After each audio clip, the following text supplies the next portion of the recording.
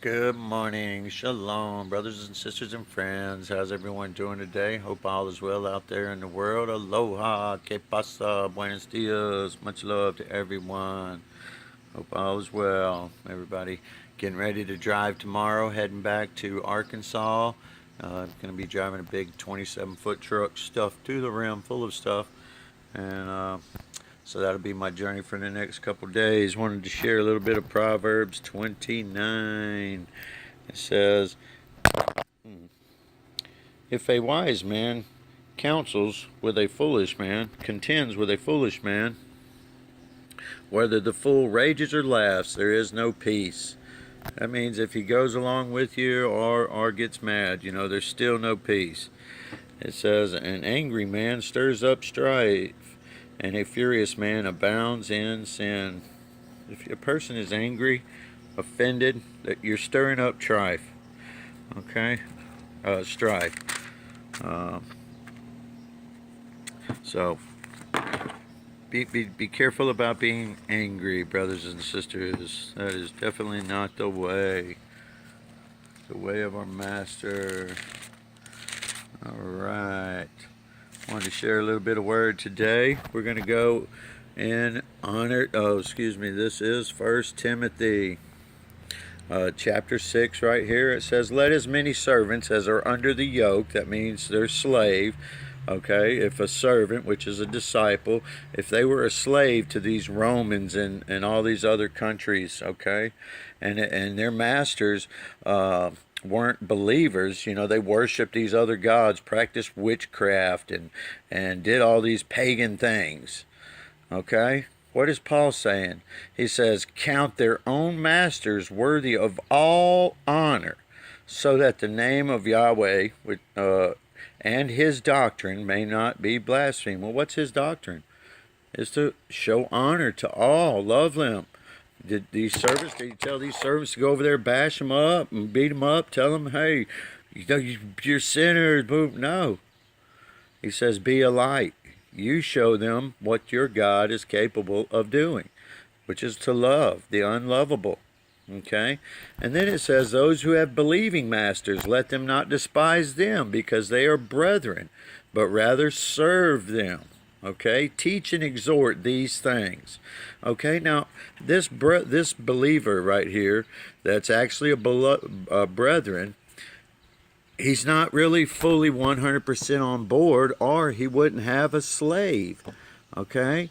All right, so you have to understand, it's a road, man, people are on. Salvation is, and they have to come to that point, of realizing. But these servants right here, they have to honor that guy. They don't say, hey, you ain't supposed to have no slaves telling me what to do. No. It says, honor them, serve them, lay your life. So if anyone teaches otherwise of these things right here, hey, go over there and bash all these sinners, tell them, don't honor these people, don't give honor to them. If anyone teaches against that and does not consent to wholesome words, what is wholesome? Okay? All right? Those are nice, loving words. Honor them. Okay? Even the words of our Lord Christ and the doctrine, which is to love your enemies. Okay, that's according. It's saying that person is proud. He knows nothing, but is obsessed with disputes and arguments over words, from which come envy, strife, reviling, evil suspicions. Look at that. Useless wranglings of men of corrupt minds and destitute of the truth. They don't even have the truth in them, who suppose the godliness is a means of gain. From such withdraw yourself. So if you have a person that comes and tells you, no, bash them, beat them, don't hang out with them, is Paul telling him to get away from them? No, he says show them honor. So if you judge another person, you're in contempt of the word. Okay, but godliness with contentment is great gain, which means simply happiness, to be happy. For we brought nothing into the world, and we will carry nothing out. Having food and clothing, with these we will be content. Okay? Is everybody at that level right there, I also wanted to do this. For those that receive an accusation against somebody, an elder, okay, without it being a charge from 2 or 3 witnesses and really hearing out both sides, if you receive that just in your heart, you're in subject to judgment from our Father. Not, not from me. I love you. I forgive you. You know, that's the message for all disciples. Right here, the story of the rich young ruler. Okay, what a wonderful story. You know, came calling and says, no one is good. Christ said he's not even good. Can you believe that? Why do you call me good? No one is good. Wow, that's amazing. I didn't write that. Is that my handwriting? No, this is a dang book that I got right here. I've had this for like 12 years, you know. So anyway, the story back to this rich young ruler. He had did all these things. Christ tells him, one thing you lack. The only one thing that this guy lacked. He had one sin. It was his, okay? That was his thing that he couldn't let go of. His precious, you know? So he'll go down into death over his little bit of possessions, okay? That's why Acts 2:44 is so imperative.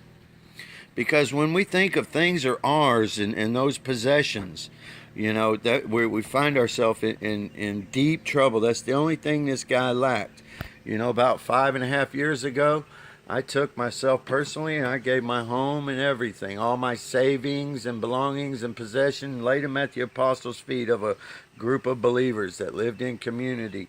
But I had to leave them because, you know, they showed partiality to people who didn't have as much as I did to give them, and I just couldn't be a part of that after a while. So brothers and sisters, you know, love one another. That's going to cover so many things. Where you showed love, our Father's going to be like, wow, that is what our free will is. We have a free will to love in all instances. You know, everything else is predestined except for that free will to love. That's what's not predestined. You either have the opportunity to love or to not love. And that's what you're going to be accountable for on the last day. Okay, is did you love all those things that our Father sent in front of you when He told you to love your enemies, love your neighbor as yourself? Don't beat them in the head. How can you win the love a disciple or a pagan over if you don't love them? So much love, peace in.